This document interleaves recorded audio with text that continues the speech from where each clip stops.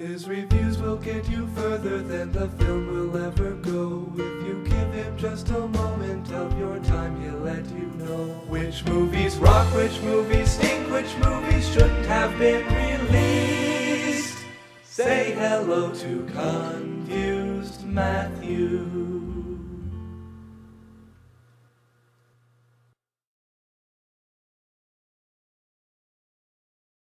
Strange Days is a movie that perhaps many have heard of, but not many have seen. I hadn't seen it until it was requested of me. It didn't do very well when it opened in 1995, but since has developed somewhat of a cult following. Certainly not on the level of something like Blade Runner, but there are people who really love this movie. And while I certainly can't say that I loved it, I suppose it was mildly interesting at times. There are all kinds of strategies one can use when going into science fiction, but this one employs the analog strategy, where a piece of technology basically stands in for narcotics. This one is pretty strange, though. In this world, we have dealers who basically deal experiences. You put a thing on your head and can relive an experience that has been recorded from someone else's life. These experiences are staged and then sold on the street for profit. We are informed from the get-go that this is not like a TV show in your brain. When you jack into this thing, you are essentially becoming the wearer. You see what they see and feel what they feel as if you were that person. The idea is that there are some things that the average person can't do, that they will only ever be able to experience through these programs. This includes a man feeling what it's like to be a woman, and vice versa. It's an interesting core premise, but like all analog science fiction, it runs the risk of not becoming much more than just that, a piece of technology standing in for narcotics. Fortunately, the concept of being logged into someone else's experience makes this more than just tech heroin, but the concept itself was a bit underexplored for me. In the beginning, we are allowed to see the potential of these experiences being used as commodities. Our main character, Lenny, is a dealer of these experiences, and he gives us a tour of how the process works. People stick a thing into other people's heads and have them act out scenarios to sell to others. It's high-risk, high-profit business, and in the beginning, we start thinking about the possible dangers the people who fabricate these experiences must face just in order to turn out the product.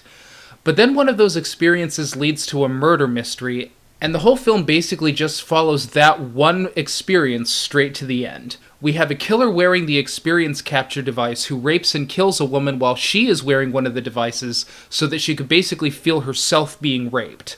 Weird and fucked up? Definitely. But unfortunately, it all leads to situations that are pretty routine.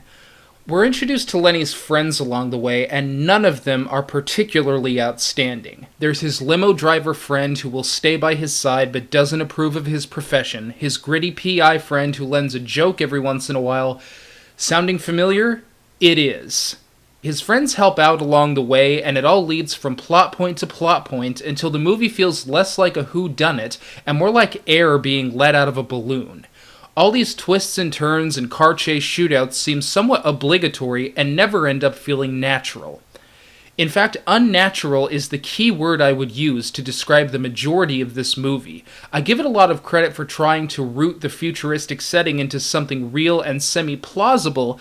It definitely feels like a universe that is lived in, but it also feels somewhat generic and a tad dull at times. And that goes double for the characters. They're all remarkably flat. And Lenny's love interest, who does nothing but tell him to stay away from her in the most run-of-the-mill way possible, is nothing special and certainly nothing to care about. This is the least interesting forlorn love interest story I've seen in years. The only bright spot to all this is the character Lenny himself. He's the hero of the film while being the least hero type you can imagine. He's not going to stick his neck out for anyone further than he needs to, and when he does get in over his head, he reacts in a cowardly manner. He'll sooner try to run away or cut a deal rather than stick around and fight. During every confrontation, he bribes his opponent and tries to hide behind something, and my favorite part of all, when he and his friend are in a car being shot at, he calls 911.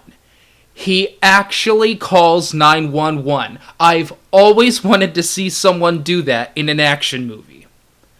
Everything about this film's plot and characters feels stale and fake, but Lenny feels very real. He was a good character. I only wish that everything else in the film made that worth the effort. The case itself is only mildly interesting from beginning to middle, but the ending is one of the silliest things I've ever seen, and the person who done it was ridiculously easy to figure out.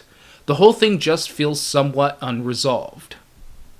The problem with this film is the problem with a lot of one-concept science fiction films. The places and people surrounding this concept never end up being as interesting as the concept itself.